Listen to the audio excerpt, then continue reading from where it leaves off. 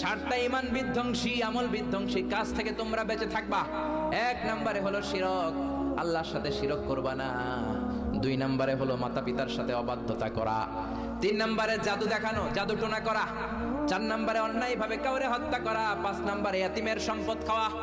6 নম্বরে কোন নারীকে অন্যায় ভাবে জিনার অপবাদ দেওয়া। 7 নম্বরে সুদ খাওয়া। কি খাওয়া? এই 7টা কাজ করলে আপনার ঈমানটাকে ধ্বংস করে দিবে কে?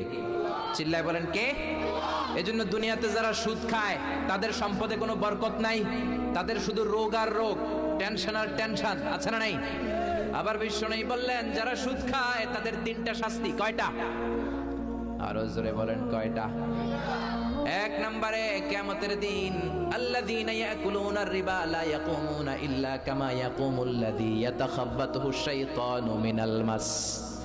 সুদের 1 নম্বর শাস্তি, কিয়ামতের দিন সুদখোর যখন কবর থেকে উঠবে, রব্বুল আলামিন তাকে জিনে ধরা রোগীর মতো, পাগলের মতো উঠায় দিবে। সুদখোর কবর থেকে উঠে ভূতে ধরা রোগীর মতো, জিনে ধরা রোগীর মতো, পাগলের মতো লাফাতে লাফাতে উঠবে।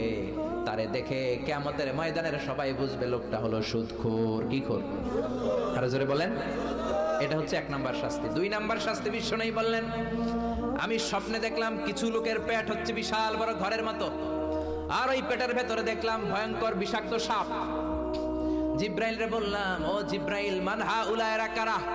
বিশ্বনবী বললেন, হাউলাই আকালাতুর রিবা, এরা হলো আপনার উম্মতের মধ্য থেকে যারা সুদ খেয়েছে, ওই সুদখোর লোকগুলা। পড়েন নাউযুবিল্লাহ। 3 নম্বর শাস্তি, বিশ্বনবী বলেন, যে রাতে আমাকে মেরাজে নেওয়া হলো, রাআইতু লাইলাতা উসরিয়া বি, মেরাজের রাতে আমি দেখলাম রক্তের একটা নদী, ওই নদীর উপর কিছু লোক সাঁতার কাটে। কিসের নদী? দেখছেন কোনদিন রক্তের নদী? আমরা কোনদিন দেখেছি? রক্তের একটা নদীর ভেতরে কিছু লোক সাঁতার কাটে।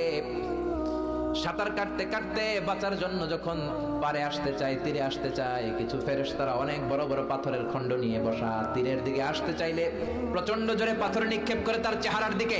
পাথরের আঘাতে ওই লোকটার চেহারা ছিন্ন বিচ্ছিন্ন হয়ে যায়।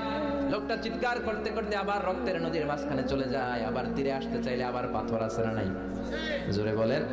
বিশ্বনবী বললেন, মান হাউলা ইয়া জিবরিল, ও জিব্রাইল, এরা কারা? বিশ্বনবী বললেন, এরা হলো আপনার সুদখোর উম্মাত। এরা কারা?